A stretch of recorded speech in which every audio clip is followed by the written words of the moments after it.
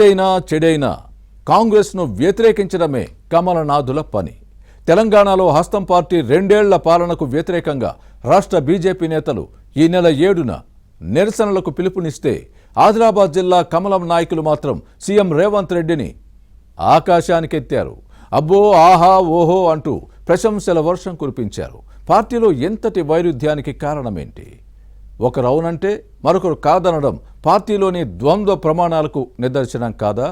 ఆదిలాబాద్లో సీఎం రేవంత్ రెడ్డి సభ పొగడ్తలకు వేదికగా మారిందా?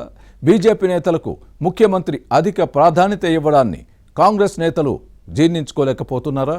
పార్టీ లైన్కు భిన్నంగా వ్యవహరించిన బీజేపీ ఎంపీ ఎమ్మెల్యే చిక్కుల్లో పడ్డారా? పార్టీ రాష్ట్ర నాయకత్వం వారికి తలంటిందా? ఇంతకీ ఎవరా నేతలు? అసలు ఆదిలాబాద్ సీఎం సభలో ఏం జరిగిందో ఇప్పుడు చూద్దాం. ఊరందరిది ఒక దారైతే ఉలిపి కట్టేది మరో దారి అన్నట్టుగా ఉంది ఆదిలాబాద్ జిల్లా బీజేపీ నేతల పరిస్థితి. ముఖ్యమంత్రి రేవంత్ రెడ్డి నేతృత్వంలోని కాంగ్రెస్ ప్రభుత్వం పనితీరుపై కమలం పార్టీ రాష్ట్ర నేతలు పెదవి విరుస్తుంటే ఆదిలాబాద్ జిల్లా ప్రజా ప్రతినిధులు మాత్రం ఆహా ఓహో అంటూ సీఎంను ఆకాశానికి ఎత్తిన విమర్శలకు తావిస్తోంది. ఇది పార్టీ విధానానికి విరుద్ధమన్న వాదనలో ఉన్నాయి. కమలనాథుల్లోని ద్వంద్వ వైఖరికి నిదర్శనంగా నిలుస్తోంది. ఆదిలాబాద్లో నిర్వహించిన 2 ఏళ్ల ప్రజాపాలన విజయోత్సవ బహిరంగ సభ విజయవంతమైంది. మిగతా జిల్లాల్లో జరిగిన వాటికంటే ఎక్కువగా జనాలు రావడంతో సీఎం రేవంత్ రెడ్డి జిల్లా నేతలను ప్రత్యేకంగా అభినందించారు. అంతా బాగానే ఉన్నా సభ జరిగిన తీరుపైనే రాజకీయ వర్గాల్లో రకరకాల చర్చ సాగుతోంది. నిజానికి కాంగ్రెస్ 2 ఏళ్ల పాలనలో చేపట్టిన అభివృద్ధి సంక్షేమ పథకాలను ప్రజలకు వివరించేందుకు సీఎం రేవంత్ రెడ్డి జిల్లాల బాట పట్టారు. స్థానిక సంస్థల ఎన్నికల్లో కాంగ్రెస్ కు బూస్టింగ్ ఇచ్చినట్టవుతుందన్న అంచనాతో ఉన్నారు. అయితే ఆదిలాబాద్ సభ మాత్రం అంతకు మించి కాంగ్రెస్ బీజేపీ ఐక్యతా సభగా మారిందన్న చర్చ సాగుతోంది. బీజేపీ ఎంపీ ఎమ్మెల్యేలు సీఎంను పొగడ్తలతో ముంచటం, రేవంత్ రెడ్డి కూడా అంతకు మించి వారికి ప్రాధాన్యత ఇవ్వటాన్ని చూస్తే కార్యక్రమం మొత్తం కమలం పార్టీకి అనుకూలంగా మారిందన్న అభిప్రాయాలు వ్యక్తమవుతున్నాయి. ప్రోటోకాల్ ప్రకారం స్థానిక బీజేపీ ఎమ్మెల్యే పాయల్ శంకర్ అధ్యక్షతన బహిరంగ సభ జరిగింది. ఈ నేత మాట్లాడటం మొదలు పెట్టగానే స్థానిక కాంగ్రెస్ కార్యకర్తల నుంచి అభ్యంతరం వ్యక్తమైంది.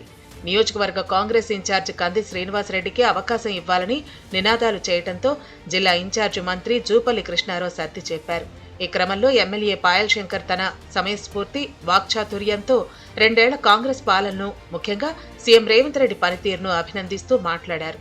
ప్రతిపక్ష ఎమ్మెల్యే అని చూడకుండా అభివృద్ధికి సహకరిస్తున్నారని, అందుకే సీఎం సభకు వెళ్లొద్దని కొందరు చెప్పినా తానొచ్చినట్టు ఎమ్మెల్యే శంకర్ చెప్పుకొచ్చారు. సందర్భం కాకపోయినా తెలుగుదేశం పార్టీలో పనిచేసినప్పటి నుంచి రేవంత్ రెడ్డితో తనకు ఉన్న అనుబంధాన్ని ప్రస్తావించారు.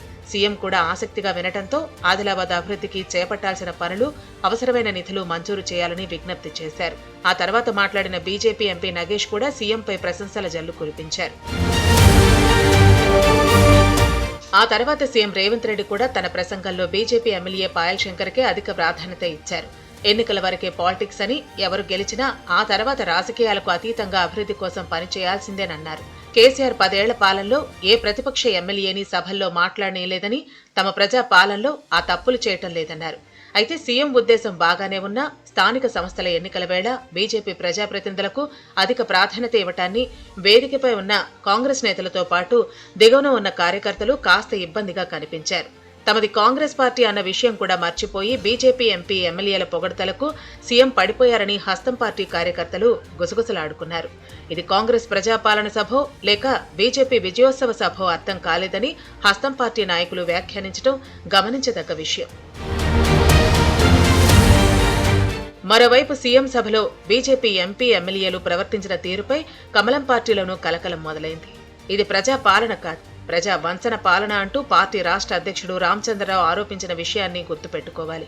2 ఏళ్ల కాంగ్రెస్ పాలనలో ప్రజలకు ఒరిగిందేమీ లేదని తీవ్ర విమర్శలు చేస్తున్నారు. ఈ నెల 7న నిరసన కార్యక్రమాలకు రాష్ట్ర బీజేపీ పిలుపునిచ్చింది. అయితే పార్టీ లైన్ కాంగ్రెస్ కు వ్యతిరేకంగా ఉంటే ఆదిలాబాద్ ఎంపీ ఎమ్మెల్యేలు మాత్రం నియోజకవర్గ అభివృద్ధి పేరిట వ్యక్తిగత ఎజెండాతో సీఎంకు దగ్గరవుతున్నారన్న అభిప్రాయం బీజేపీలో ఉంది. నిజానికి ఇటీవల హైదరాబాద్లో నిర్వహించిన సమావేశంలో బీజేపీ సంస్థాగత ప్రధాన కార్యదర్శి బిఎల్ సంతోష్ రాష్ట్ర నాయకులకు క్లాస్ పీకిన విషయాన్ని గుర్తుపెట్టుకోవాలి. కొందరు నాయకులు పార్టీ లైన్లో కాకుండా వ్యక్తిగత ఎజెండాతో పనిచేస్తున్నారని, పద్ధతి మార్చుకుని పార్టీని రాష్ట్రంలో అధికారంలోకి తెచ్చేలా పనిచేయాలని హితవు పలికారు. బిఎల్ సంతోష్ చెప్పి వారం గడువుకు ముందే బీజేపీ ప్రజాప్రతినిధులు ఏకంగా కాంగ్రెస్ పాలనను సీఎం రేవంత్ రెడ్డిని బహిరంగ సభలోనే అభినందించడంతో పార్టీలో ఎవరు ఏ సైడ్ ఉన్నారో అర్థం కావటం లేదని, అంత గందరగోళంగా ఉందని మరో కమలం పార్టీ ఎమ్మెల్యే తన అభిప్రాయాన్ని వ్యక్తం చేశారు. మరోవైపు ఆదిలాబాద్లో సీఎం బహిరంగ సభ జరిగిన తీరుపై బీఆర్ఎస్ ఘాటుగా స్పందించింది. ఆదిలాబాద్ ఎమ్మెల్యే పాయల్ శంకర్ పేరుకు బీజేపీ అయినా మనసంతా కాంగ్రెస్ పార్టీపైనే ఉందని మాజీ మంత్రి జోగు రామన్న వ్యాఖ్యానించడాన్ని గమనించాలి. సభలో బీఆర్ఎస్ లక్ష్యంగా విమర్శలు చేయడంపై రామన్న అభ్యంతరం వ్యక్తం చేశారు. ఓవైపు జిల్లాలో ధరలు లేక పత్తి, సోయా రైతులు బాధపడుతుంటే నిలదీయాల్సిన ఎమ్మెల్యే సీఎంను ప్రసన్నం చేసుకునే మాటలు మాట్లాడటం సిగ్గుచేటని విమర్శించడం బీజేపీకి కొంత ఇబ్బందికర పరిణామంగానే భావిస్తున్నారు. అంతగా అభిమానం ఉంటే ఆలస్యం చేయకుండా ఎమ్మెల్యే శంకర్ కాంగ్రెస్ కండువా కప్పుకోవాలని రామన్న సూచించారు. మొత్తానికి ఎవరి అభిప్రాయాలు ఎలా ఉన్నా సీఎం ఆదిలాబాద్ టూర్ సక్సెస్ అయింది. కానీ కాంగ్రెస్ క్యాడర్ను మాత్రం నిరాశకు గురిచేసింది. బీజేపీలో జోష్ పెంచింది. జిల్లా అభివృద్ధికి సీఎం ఇచ్చిన హామీలపైన ప్రజల్లో హర్షం వ్యక్తమవుతోంది. మరి బీజేపీలో పరిణామాలు ఎలా ఉంటాయో చూడాలి.